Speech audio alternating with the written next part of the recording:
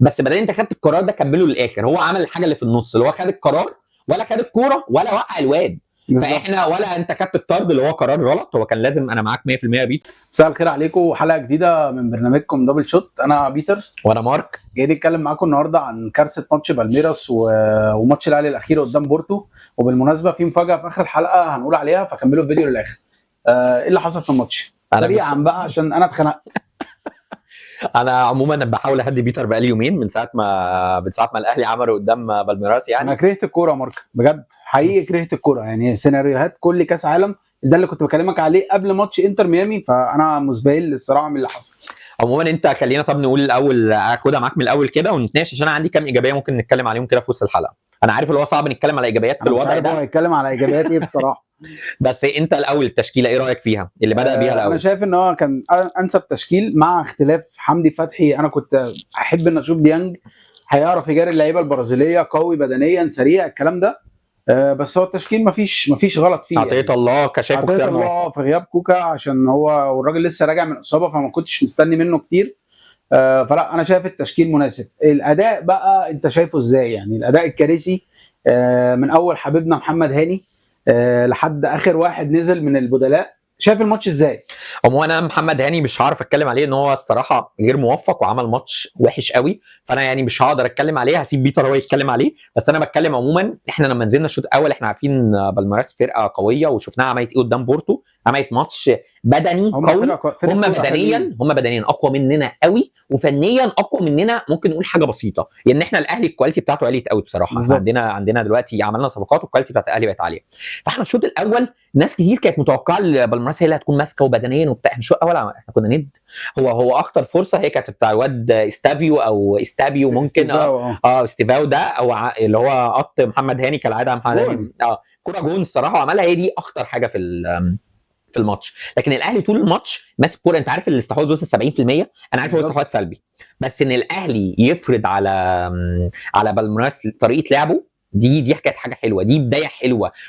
والمدرب مصر، ريفيرو مصر، اللي هو يلعب بالفكره المايله دي. احنا كنا بنلعب من غير يعني من غير جناح بنلعب بتريزيجيه وزيزو هو اللي كان بيميل ناحيتها. محمد هاني، انا بس في نقطه عايز اقولها. محمد هاني مش بدافع عنه، بس محمد هاني لو كان عامل ماتش عالمي ما كانش هيبان برضه، ان محمد هاني لوحده في الجبهه دي. فهو في كل الاحوال كان هيبان اللي هو عمل ماتش وحش، بس هو فوق كل ده كان غير موفق ولعب ماتش وحش، فظهرنا الكارثه. والجون الثاني 70-80% من الجون الثاني من عند محمد هاني. اسوأ تصرف ممكن لاعب يعمله في كوره زي دي. انت لو كنت حطيت جسمك في الكوره مع الراجل وهو بيعمل، اولا المهاجم مش سريع، مش مهاري، واشول، فهو محتاج عايز يعدلها، محتاج يبص وبتاع، وانت من نص الملعب، فانت جريت وراه واخترت ان انت تعمل تاكلينج على الكوره اللي هي بعيده عنك، فما جبتهاش. انا ما كانش عندي مشكله، انا عارف اللي هو اختيار اللي هو يعمل تاكل زي ده ويبيع وممكن يتطرد، ده قرار غلط. بس بدل انت خدت القرار ده كمله للاخر. هو عمل الحاجه اللي في النص، اللي هو خد القرار ولا خد الكوره ولا وقع الواد. فاحنا ولا انت خدت الطرد اللي هو قرار غلط. هو كان لازم، انا معاك 100% يا بيتر، وكان لازم يكمل عليه يزنقه. كان فضل ناحيه شماله لو ما كانش عارف يعدل. كان عنده حل من الاثنين، يا اما محمد هاني كان قطعها، يا اما كان هيشوطها بالويك فوت. وكان في الاغلب بنسبه خلينا نقول 50-50 كان محمد الشناوي ممكن يطلع. انا عايز اقول لك ان انت بتقول استحواذ سلبي للاهلي في اول شوط. احنا اول شوط للاهلي، اول محاوله خطيره على للاهلي على جون بالميراس، شوطه قفشه في الدقيقه 80. ده في الشوط الثاني، ما شفناش محاوله قبليها. لا يعني بس في الشوط انت بتتكلم بس الشوط الاول احنا شوطنا 4 كور، منهم 3 بره المنطقه بس كانوا بعيد. واحده على التارجت. انا بكلمك واحده على الجون، حارس المرمى صدها. وطبعا قفشه لما شاط الكوره حسسنا ان هو ادى قنبله وهي كوره قفشه بقى، انت عارف يعني بس انا عندي سؤال برضو، احنا لحد امتى هنقول على محمد هاني ناشئ ولسه بيكتسب خبرات وهو عنده 30 سنه؟ يعني الاهلي بقى له مش عارف 7-8 سنين من غير باك يمين. طب انا عايز اسالك سؤال، انت ناوي تشيلها لهاني؟ انا مش ناوي اشيلها لهاني. انا مش شايف كده. انا نادي الاهلي، انا مش بدافع عن هاني، بس انا مش هشيلها لهاني. انا مش بشيل الماتش لهاني، انا بشيل الماتش ال 11 لاعب من اول الشناوي لحد اخر واحد نزل. احنا نازلين عندنا الرهبه، مش عارفين نلعب الفرق البرازيليه العقده. اي نعم بنكون في ماتشات كتير بند معاهم، بس في يا جماعه. والماتش ده احنا كنا ند، هي الفكره. الماتش ده كنا ند. وبعدين يعني عايز اقول كمان ان فوز انتر ميامي على بورتو صعب حاجات كتير في الموضوع. صعب. هنتكلم وانا هخليك تتكلم انت على حوار الحسبه دي. انا الاهلي ومصر متعودين على حسب بيرما دي بالظبط. في الاخر مش هنصعد، وانا الصراحه خلاص التوقعات قلت خلاص. انا عارف ان احنا مش هنصعد، بس احنا هنقول الحسبه وهنتفرج على الاهلي 4 الفجر وهنشجعه وهنفضل. بس انا عارف. بس انا في نقطه ثانيه عايز اتكلم فيها بقى، ايه اللي بيحصل بين الشوطين. احنا في ماتش انتر ميامي عملنا شوط اول عالمي كافتتاحيه كاس عالم، كان شوط اول متهيألي ما كانش فيه ولا غلطه. شوط الثاني الاول بتاع بالمارس كان شوط حلو برده، والاهلي خلينا نقول كده بجمله كده نقولها حلوه، امتص حماس وامتص خطوره بالمارس. ما كانتش خطيره قوي غير من كره فرديه بتاعت استيفاو ده اللي انا مش عارف انطق اسمه ده، وهو واد رايح تشيلسي بالمناسبه، واد خطير يعني، خلاص واد خطير. ايه اللي بيحصل في الشوط الثاني؟ هل ده بدني ولا انت رايك ايه؟ هو انا شايف انها طبيعه اللعيب المصري. انت خرجت الشوط الاول، على فكره الاهلي ما بيلعبش دايما غير لما بيجي فيه جول. بس هو الفكره ان الجول لما جه من وسام واون جول وبتاع، فاللعيبه احبطت مع الجول الثاني جه قبل التوقف اللي هو بتاع العاصفه، فاللعيبه، وانا معاك ان هو 100% اللعيبه بتوع بدنيا اوروبا وامريكا الجنوبيه طبعا متفوقين عليك بدنيا. ترتيبات بقى الدوري وانت داخل من بطوله لبطوله وزحمه الماتشات واللعيب المصري، يعني كل ده هتحطه في الحسبان. بس انا شايف ان انت كنت عندك بدني تقدر تديه في الشوط الثاني. انت بس هو ظروف الماتش، انا مش طبعا مش بعلق على شماعه ان هي ظروف وان هو ده ظروف الماتش وخسرنا بسببه، لا احنا خسرنا بسبب كوره، وان احنا مش عارفين نلعب كوره، مش عارفين نمشي 10 باصات. انت قصدك الظروف اللي هي الاحوال الجويه؟ بالظبط، دي كانت في مصلحتنا يا بيتر، هي المفروض كانت في مصلحتنا، بس برضه هم ريحوا ونزلوا عليك مع أيوة صح. التفوق في العمل البدني، هم نازلين فايقين عنك. وانت طبعا نازل بتبديلات مرعبه، محمد مجدي قفشه وحسين الشحات، الوحيد اللي كان بيحاول على الجون شويه اشرف بن شرقي كان شغال واحد على واحد. يعني اشرف بن شرقي الصراحه نزل باين، اشرف بن شرقي لما نزل باين فرق الكواليتي بينه وبين حد زي قفشه. انا قفشه بحب واحد قادر فرق كبير، فرق الكواليتي جامد. قفشه يعني ما بنقللش من قفشه وكل حاجه، بس هو كفايه عليه في الاهلي، لعيب محلي، لعيب للدوري المصري في لعيب للدوري المصري، هو ده اللي بتكلم عليه. هو هيحرك لعب ويمسك لعب، بس هو دلوقتي كان عايز يمسك كوره ويحرك الملعب ويلعب لعب وما عرفش يعمله بفرق الكواليتي وفرق الناس اللي بتضغط دي، فما قدرش يعمله. بن شرقي بس عيب عليه في كوره كان ممكن يودي جراديشار الانفراد، مش عارف ليه رجع لورا في الاخر بصاها، كان قفشه بيطلبها وهو ماشي، قفشه كده كان بيطلبها، بس هو كانش دي قفشه، ده كان اي ثرو كان ودانا. بالمناسبه مارك احمد رمضان بيكهام يا جماعه لازم يلعب، الراجل عمل لانه نزل في الاول كان تايه، عمل كام كوره غلط وبعد كده دخل في الاجواء روح وجرينتا، والراجل بيحاول واقف على رجله. انا شايف ان هو يلعب على اشرف داري. اشرف داري مستواه متواضع، انا شايف ان في مدافعين في الدوري المصري احسن منه كتير. حتى كان في حد بيسال هو الراجل ده ليه ما بيلعبش في الدوريات الخمسه الكبرى في فرقه من الكبار يعني. فالاجابه واضحه قدامنا، هو الراجل مدافع متواضع وكل حاجه، لعب كاس عالم وكل حاجه بس انا شايف ان هو دي امكانياته. حتى ريفيرو كان ليه تصريح ان هو بيطالب الاداره انها تستغنى عنه.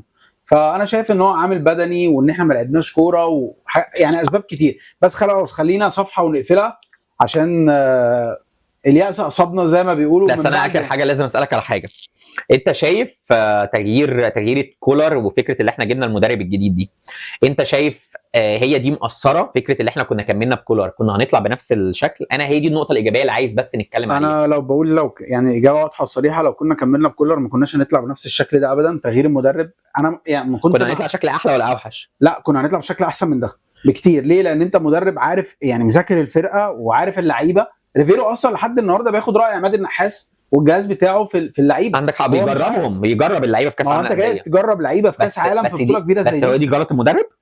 هي غلط الاداره. هي مش غلط المدرب اللي هم جابوه في قبل بطوله مهمه احنا بنجهز لها. بس انا كان قصدي احنا كولر كانت مشكلتنا معاه دايما فكره اللي هو بيدافع. كولر قدام ماتش زي بالمناسبه ده كان نزل لعب زون ديفنس ودافع، كنا هنبدا متضايقين، والاهلي الكواليتي بتاعت الاهلي مع انه كان هيبقى معاه نفس هتلعب 4-2-3-1 صريحه في جناحين، في راجل بيشغل الجناحين ماشي. بس لا يا بيتر، احنا مغيرينه اصلا عشان الحركه دي، عشان ننزل نلعب لعبنا. الاهلي نزل في الشوط الاول لعبه وماسك كوره، اي نعم احنا ما حولناش كتير لفرص، بس الاهلي لو كان كمل على نفس المستوى كنا ند مع الفرقه. بص ملف كولر ده فيه تفاصيل كتير عند مع الاداره والصفقات، وان هو بس هم اتاخروا في التغيير.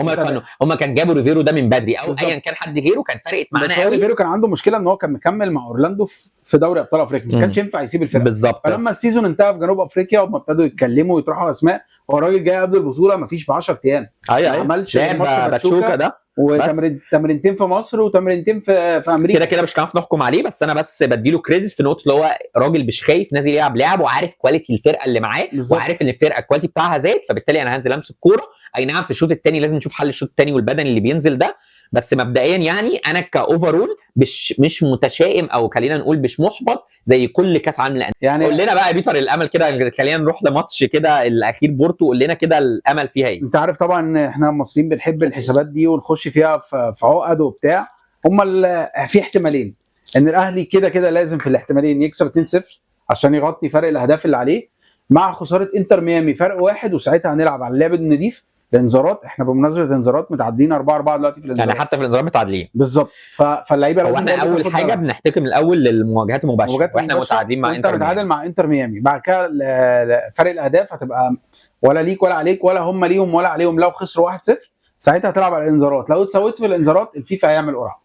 فدي طبعا حاجه ما اتمناهاش، يا رب تحصل ونوصل لها. بس الاحتمال الثاني ان انتر ميامي يخسر 2-0، وانا بقول لك احساسي الشخصي ان الماتش بتاع انتر ميامي وبالميراس هيخلص تعادل عشان يصعدوا ميسي، تعادل عشان صوره البطوله. هتلاقيه طلع 0-0 1-1 كده حاجه، انا حاسس ان هو هيطلع كده. كان في حد كده شفته على السوشيال ميديا كان كاتب بوست ان في عداوه بين البرازيليين والارجنتينيين، وان هم مش عايزين ميسي يصعد بالظبط، وان بالميراس كان عايز يلاعب باريس يصعد اول عشان يلاعب باريس كتاني ويكسبوا زي ما بوتافوجو. هي باريس خسرت. خسرت. هي باريس كده فرصها تطلع اول ولا تاني؟ لا باريس تطلع تاني، هتطلع تاني في الاغلب. بالميراس وبالميراس عايز يلعبه عشان اللي هو احنا نبقى زي بوتافوجو، فالموضوع لسه فيه حسابات، بس يا رب يبقى الماتش فير بلاي. بس في النقطه اللي احنا متاكدين منها اللي فرص الاهلي قليله، بس فرص بورتو اقل، لان بالميراس اقوى من... انا شايف ان بورتو فرصه انعدمت، لان هو حتى لو كسب هيبقى متعادل في مواجهات مباشره مع انتر ميامي. بالظبط، الموضوع انتهى. ايوه بالظبط، فالموضوع محتاج انتر ميامي تكسب بالميراس، وبالميراس اقوى فريق في البطوله سوري في المجموعه يعني. بالظبط. فبالتالي احنا فكره اللي احنا عندنا امل عن بورتو، ممكن نازينا متحمسين شويه عن بورتو، فنتمنى نشوف ماتش حلو مبدئيا والاهلي يلعب لعبه، وتاني حاجه نكسب طبعا، نتمنى يا رب نكسب. يعني ما انا مش شايف لها اوبشن تاني غير كده، حتى اللعيبه ترجع من هناك بمعنويات. لو انا كسبت ماتش في كاس العالم هيفرق في التصنيف، هيفرق في الصوره بتاعك الكلام ده، فيا رب نشوف ماتش حلو. اخر حاجه نختم بيها، شايف اللي هو المفروض قدام ماتش بورتو ينزل هاجم، ولا ينزل يستقبل اللاعب الاول بعد كده نخطف في الشوط الثاني، عشان احنا دايما الشوط الثاني بيبقى بدني قليل، ما نبذلش كل طاقتنا في الشوط الاول سريعا. انت شايف المفروض يعمل ايه؟ انا شايف ان هو لازم يلعب لعب مفتوح، انت راجل عايز تكسب، هو برده هينزل يلعب قدامك على المكسب. هسالك كام سؤال كده قبل ما نقول المفاجاه اللي هي في اخر الحلقه، وقول لي مين بدلاء اللي في المراكز دول. طبعا فقدنا مروان عطيه بسبب انت فكرتني ليه؟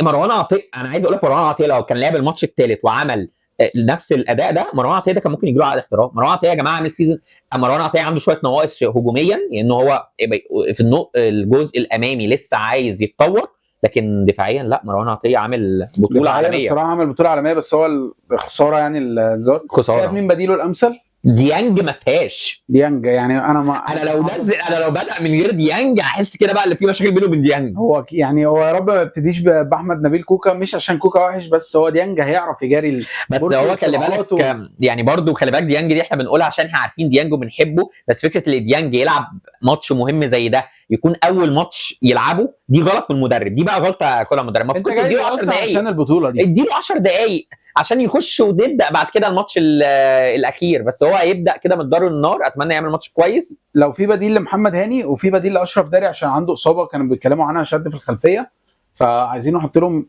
سريعا كده 2 بدلاء. انا عموما محمد هاني شايف اللي هو معلوش بديل غير عمر كمال، وعمر كمال لو نزل انا مش شايف اللي هو هيأدي احسن من محمد هاني بصراحه، اتكلم بصراحه. فانا شايف محمد هاني ان شاء الله يلعب. ومحمد هاني على فكره، محمد هاني دايما في كاس العالم للانديه كان بيلعب كويس، انا مستغرب ان السنه دي المره دي وقع قوي كده. فانا شايف محمد هاني لو هو ما لعبش بيه الماتش الثاني الجاي يبقى هو كده قضى عليه، يبقى محمد هاني مش هيبقى ليه فرصه ثانيه مع الاهلي. فانا شايف محمد هاني عادي. اشرف داري يقول لي انت رايك. احمد رمضان بيكهام قولا واحدا يعني. صح. توقعاتك للماتش؟ انا مش قادر اتوقع. انا لا مش هتوقع يعني. انا هتمنى. في الصراحه في اول ماتشين توقعنا حاجات وشفنا حاجات مختلفه تماما عن الماتش. قول لي كده توقعك.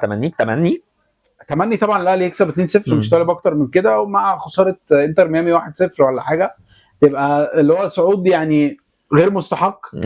بس نفسي اشوف الاهلي في كاس العالم. انا نفسي اشوف، ويمكن لما يصعد ياخد شويه حماس ممكن تفرق معانا شويه. انا شايف اللي هو توقع على تمني بتمنى طبعا ان احنا نكسب، وشايف ان احنا نقدر، مش هقول توقع، انا شايف ان احنا نقدر نكسب. الاهلي يلعب لو لعبه صدقنا. ونقدر، لو صدقنا هنكسب، وان شاء الله على الاقل نكسب ونسيبها بقى. لو والله لو انتر ميامي كسبت خلاص بقى دي بتاعت ربنا، مش ولو هنعمل فيها. اتعادلوا برضو يعني، مع اني ما اتمناش تعادل، بس ان شاء الله خير. ان شاء الله إن شاء خير. الله خير. عموما احنا يعني الحلقه دي عندنا كده مفاجاه، بيتر بقى يقولها لنا كده. بصوا يا شباب، بما ان بقالنا كذا حلقه بنطلع معاكم وكده، في جيف اواي بسيطه كده بمناسبه كاس العالم للانديه. اللي هيتوقع ماتش الاهلي وبورتو صح، هيبقى ليه تيشيرت فريقه المفضل، هيوصله لحد باب البيت. شروط التوقع بسيطه قوي، هيسيب الكومنت بتاعه على الفيديو بتاعنا على اليوتيوب وعلى صفحتنا على فيسبوك، ويعمل سبسكرايب بس للشانل بتاعتنا، وفولو على التيك توك. بالظبط، يعني الحاجات بتاعتنا السوشيال ميديا دي تكون عامل عليها الفولو واللايك والكومنت بتاعك والتوقع، وان شاء الله التوقع صح، وان شاء الله كلكم تكسبوا يعني. وان شاء الله الاهلي يصعد ان شاء الله. بس يا جماعه، ودي كانت حلقتكم من برنامج دبل شوت. ما تنسوش تعملوا سبسكرايب للشانل بتاعتنا على اليوتيوب، وفولو للاكونت بتاعنا على التيك توك، وممكن بقى تظبطونا بقى على الفيسبوك كده، لايك للبيج بتاعتنا، وعلى الانستجرام. على فكره الفيسبوك بننزل اخبار حلوه يعني، وبولا من ورا ماسكها وعامل شغل حلو هتفيدكم يعني، وهتلاقوا فيه اخبار اول باول كده وابديتد. عايزين اللايك بقى والكومنتات بتاعتكم، ولو عندكم اي تعليق علينا نتمنى كده نسمعه، ونشوفكم الحلقه الجايه. باي باي. باي باي.